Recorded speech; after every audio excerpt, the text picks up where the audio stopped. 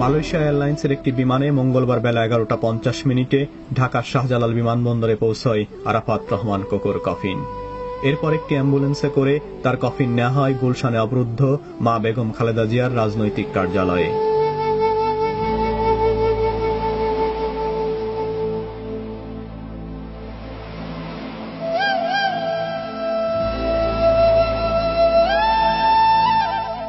Arafat Rahman কোকোর coffin BNP চেয়ারপারসনের গুলশানের রাজনৈতিক কার্যালয়ে পৌঁছানোর পর প্রিয় সন্তানকে কাছে পেয়ে মমতাময়ী অশ্রুসিক্ত মা বেগম খালেদা জিয়া কান্নায় ভেঙে পড়েন। প্রিয় সন্তানের চিরঘুমন্ত মুখখানি দেখার জন্য তিনি ব্যাকুল হয়ে ওঠেন এবং নানান রকম স্মৃতিচারণ করতে থাকেন।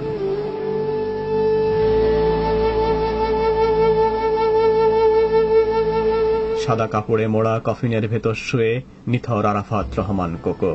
মমতাময়ী মা যখনই ছেলের দিকে তাকাচ্ছিলেন তখনই কেঁদে উঠছিলেন শিশুর মতো। এ যেন এক অন্যরকম দৃশ্যপট। কফিনের পাশে বসেই দুহাত তুলে প্রিয় সন্তানের জন্য অশ্রু সজল চোখে মোনাজাত করেন বেগম খালেদা জিয়া।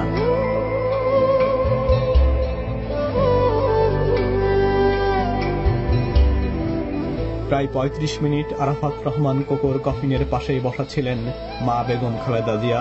এরপর তার সামনে কফিনটি ঢেকে দেওয়া হয়। সেটাও ছিল অনেক বেদনা।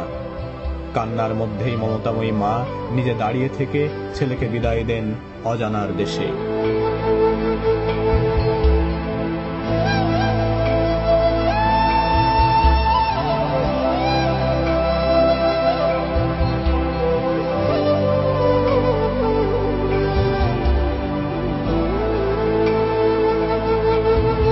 গুলশানের কার্যালয়ে স্বজনদের শেষ দেখা ও শ্রদ্ধা জানানোর পর বিকেল 4টার দিকে জানাজার জন্য আরাফাত রহমান কোকোর কফিন নেওয়া হয় জাতীয় মসজিদ বাইতুল মোকাররমে।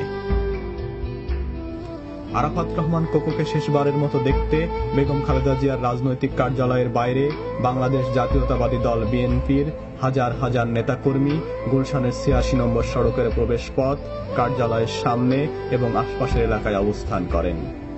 এদিকে আরাফাত রহমান কোকোর কফিন আসার আগেই লাখো লাখো জনতায় পূর্ণ হয়ে যায় জাতীয় মসজিদ বাইতুল মোকাররম এলাকা। বাইতুল মোকাররমেই বাদ আসর আরাফাত রহমান কোকোর নামাজে জানাজা অনুষ্ঠিত হয়। জানাজা শেষে আরাফাত রহমান কোকোর কফিনে ফুল দিয়ে শ্রদ্ধা নিবেদন করেন বিভিন্ন পেশা শ্রেণীর হাজার হাজার মানুষ। এরপর তার কফিন নিয়ে যাওয়া হয় বনানী কবরস্থানে।